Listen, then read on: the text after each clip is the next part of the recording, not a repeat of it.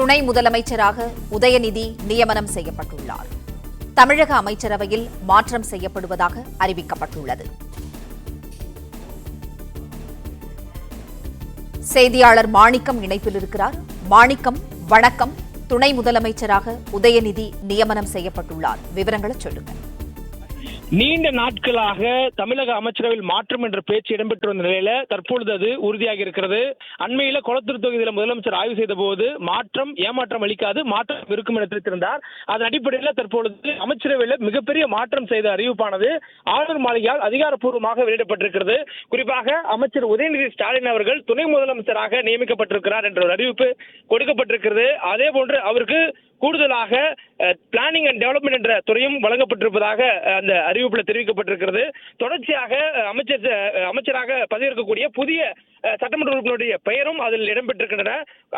முன்னாள் அமைச்சர் செந்தில் பாலாஜி, அதே போன்று கோவி செலியன், அதே போன்று சேலமுடைய சட்டமன்ற உறுப்பினராக இருக்கக்கூடிய ராஜேந்திரன், இதுக்கு முன்னால் அமைச்சராக இருந்த ஆவடி நாசர் உள்ளிட்டவர்கள் புதிதாக அமைச்சர்கள் வருகிறார்கள் என்ற ஒரு அறிவிப்பும் இதில் கொடுக்கப்பட்டிருக்கிறது.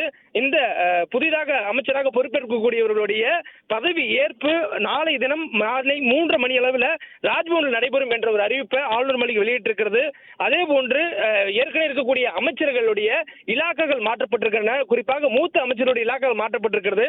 அதற்கு முன்பாக தற்போது அமைச்சரவையிலிருந்து 4 அமைச்சர்கள் வெளியாக சென்றிருக்கிறார்கள். குறிப்பாக அதில் பால்வளத்துறை அமைச்சராக கூடிய மனோ தங்கராஜ், அதே போன்று சிறுபான்மைத்துறை நல அமைச்சராக கூடிய மஸ்தான் ஆகியோர் இந்த அமைச்சரவையிலிருந்து வெளியேற்றப்படுகிறார்கள். அதே போன்று அமைச்சர் க ராமச்சந்திரன், சுற்றுலாத்துறை அமைச்சராக ராமச்சந்திரன் அவர்களும் தற்பொழுது இந்த அமைச்சரவையிலிருந்து விலகப்படுகிறார்கள். அவர்கள் தொடர்ந்து சட்டமன்ற உறுப்பினராக இருப்பார்கள் என்ற அறிவிப்பும் கொடுக்கப்பட்டிருக்கிறது. இதுல மூத்த அமைச்சர்களுடைய இலாக்காக்கள் மாற்றப்பட்டிருக்கின்றன. குறிப்பாக உயர்கல்வித்துறை அமைச்சராக இருக்கக்கூடிய பொன்முடி தற்பொழுது உயர்கல்வித்துறை அமைச்சரை வகித்திருக்கிறார். அவர் வனத்துறை அமைச்சராக மாற்றப்பட்டிருக்கிறார். அதே போன்று சுற்றுச்சூழல் துறை அமைச்சராக இருக்கக்கூடிய மையநாதன் தற்பொழுது பிற்படுத்தப்பட்டோர் நலத்துறை அமைச்சராக மாற்றப்பட்டிருக்கிறார். அதே போன்று ஆதிதிராவிடர் நலத்துறை அமைச்சராக இருக்கக்கூடிய கயல்விழி செல்வராஜ் தற்பொழுது மனிதவள மேம்பாட்டுத்துறை அமைச்சராக மாற்றப்பட்டிருக்கிறார். அதே போன்று மதிவேந்தன் அமைச்சர், அதாவது வனத்துறை அமைச்சராக தற்போது இருக்கக்கூடிய மதிவேந்தன் ஆதிதிராவிடர் நலத்துறை அமைச்சராக மாற்றப்படுகிறார். அதே போன்று பிற்படுத்தப்பட்டோர் நலத்துறை அமைச்சராக இருக்கக்கூடிய ராஜகண்ணப்பன் தற்பொழுது ஆவின் அமைச்சராக மாற்றப்படுகிறார். தமிழ்நாடு பால்வள மற்றும் அந்த டைரி மேம்பாட்டு அந்த டெவலப்மெண்ட் டிபார்ட்மெண்ட்டுடைய அமைச்சராக மாற்றப்படுகிறார். அமைச்சர் தங்கம் தென்னரசு நிதி மற்றும் மனிதவள மேம்பாட்டுத்துறை அமைச்சராக இருந்தார். தற்பொழுது அவர் வசம் நிதி இருக்கிறது. அதே போன்று என்விரான்மெண்ட் கிளைமேட் சேஞ்ச் சொல்லக்கூடிய காலநிலை மாற்றத்துறையானது அமைச்சர் தங்கம் தென்னரசருக்கு கூடுதலாக வழங்கப்பட்டிருக்கிறது. அவரிடம் கூடுதலாக இருந்தது மனிதவள மேம்பாட்டுத்துறை ஆனது தற்பொழுது மாற்றப்பட்டிருக்கிறது. இது போன்ற அமைச்சரவையில் மிகப்பெரிய மாற்றத்தை செய்து தற்பொழுது தமிழ்நாடு அரசு ஒரு கடிதத்தை ஆளுநருக்கு வழங்கியிருக்கிறது.